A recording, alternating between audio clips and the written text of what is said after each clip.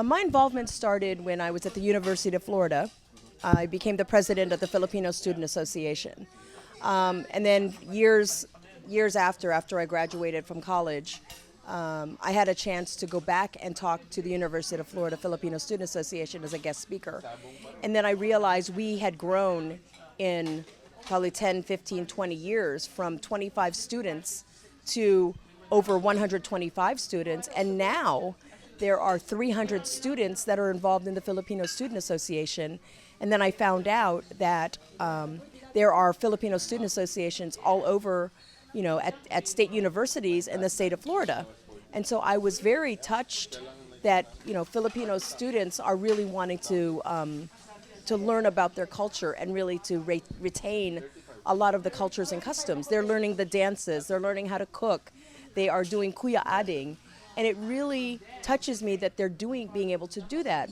But I did want to kind of reach out to the students and say, once you're done with your college, make sure you continue on in the community.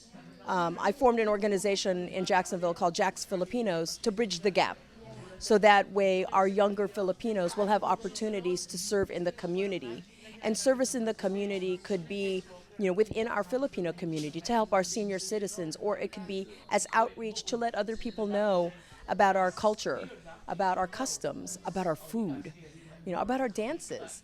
But we always have to do that, because if we don't do that, then we will assimilate into society as just Asians. And we want to make sure that we're very proud of our culture. And what I've seen in the last couple of years is there are so many Filipino Americans that we're now in second generation here in the United States that are really proud of their culture and their heritage.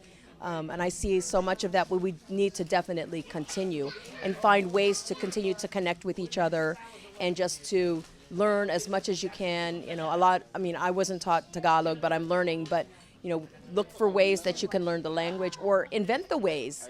If you're in a place that doesn't have Filipino folk dancing, YouTube, you can learn it. Grab your friends and learn it. Learn mahjong, learn any of the things that define us as Filipinos. You emphasized earlier about women leadership. I think you want to touch a little bit more on that. Yeah, just, as a woman, we can do so many great things, in trying to show everybody, that we can be great leaders as well. That we don't need to be subservient or just wait for a man to do the things for us, but we can work together, in equality with each other and look for opportunities.